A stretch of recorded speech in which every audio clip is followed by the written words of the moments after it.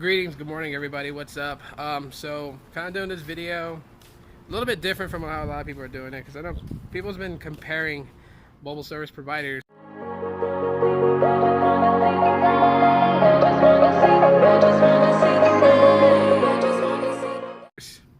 prepaid carriers to one another. I thought I'd make this one a little bit different, so I'm actually going to tell you guys, in my opinion, how I rank each one of these companies based on how I've been able to use them, because up until now, I can officially say that I've been able to use all the mobile service providers and kind of get a feel of how their network works, what my experiences are going to be with it. And so these are my findings, okay? So keyword there for the fanboys and fangirls out there. My findings, not yours. My findings, what would work for me, not you, because I can only tell you guys how it's been as an experience for me. So let me just kind of start off and start ranking them, so you guys kind of get an understanding of like how or how I feel about them. Okay, so first off, one thing I want to point out is, like, I don't know if you guys own a vehicle, you guys probably know where I'm coming from, but every morning I wake up, I always see dust prints on here. Someone's handprint, like they're looking into my vehicle, and that's starting to piss me off, because I'm like, okay, if you're looking into my shit, I don't leave nothing in my car for you to break in and take it, unless you're gonna take my entire car, which is ridiculous because I'll track the shit. But anyways, how do I rank them? All right, so obviously it's a no-brainer. Most of you guys know I'm gonna say this, but number one for me is gonna be Boost Mobile. The reason why it's Boost Mobile is for the fact that I get unlimited talk, text, and data, but I get 8 gigabytes of mobile hotspot, and Boost Mobile doesn't divide this shit up. It's not, I know some people don't care to have it, and that's fine. But if it's automatically a given and it's at your discretion whether you use features or not, I think that's cool.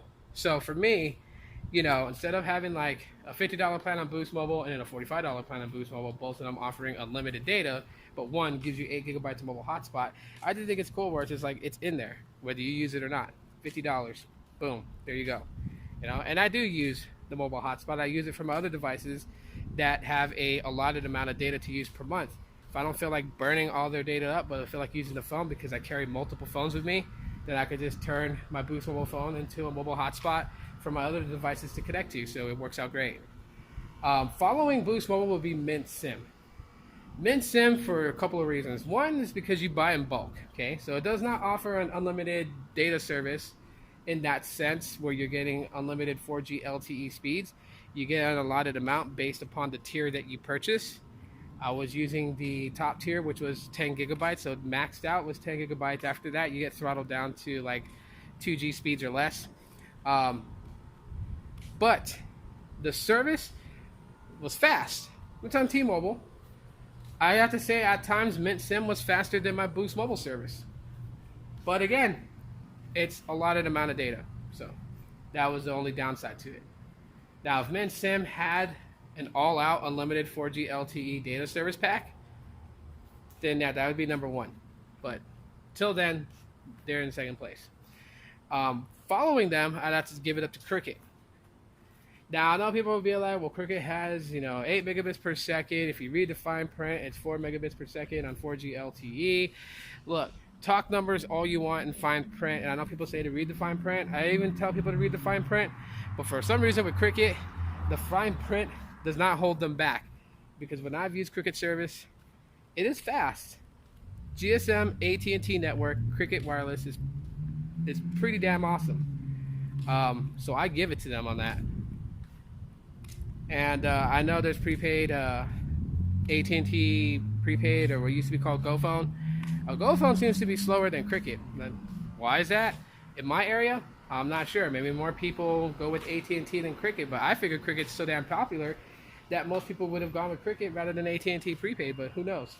So, with that being said, Cricket kind of takes that spot. After Cricket, I give it up to FreedomPop.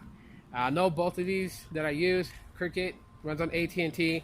FreedomPop GSM runs on AT&T.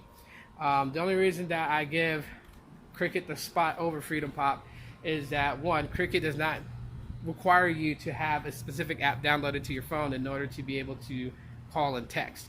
FreedomPop, you have to download FreedomPop messaging to utilize text messaging and calling. If you don't, well, yeah, you'll still connect to the data with your SIM card in the phone. That's about that. I don't like that I have to feel like I have to use a specific app.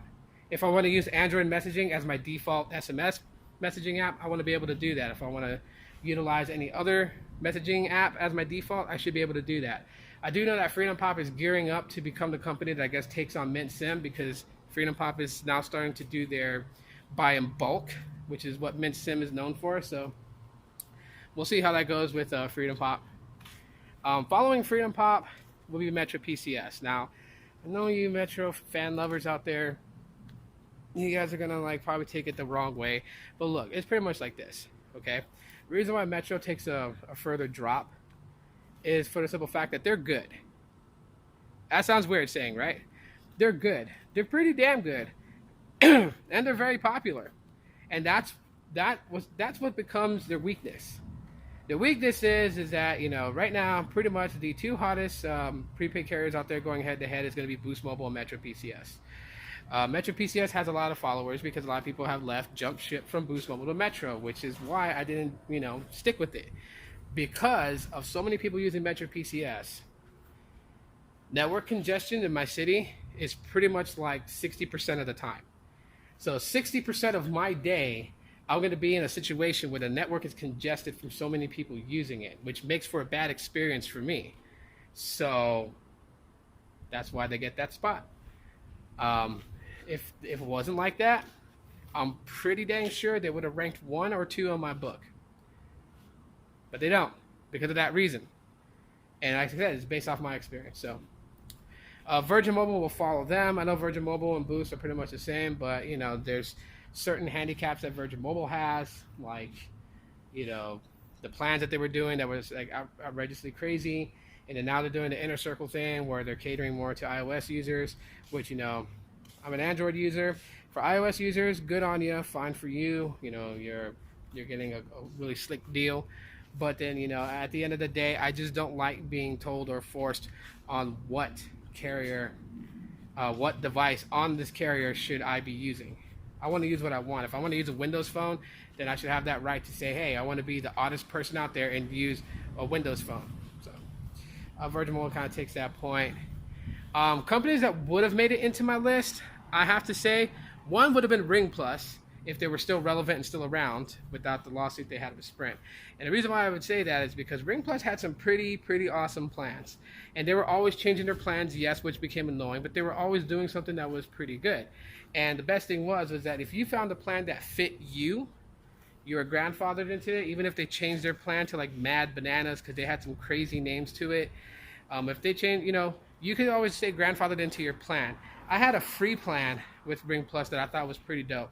It was 1,000 minutes, 1,000 texts, and 1,000 megabytes of data, absolutely free. Okay, yeah, you can't knock that.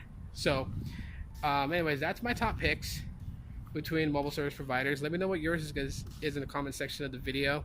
And until then, I'm Tito, and I'm out.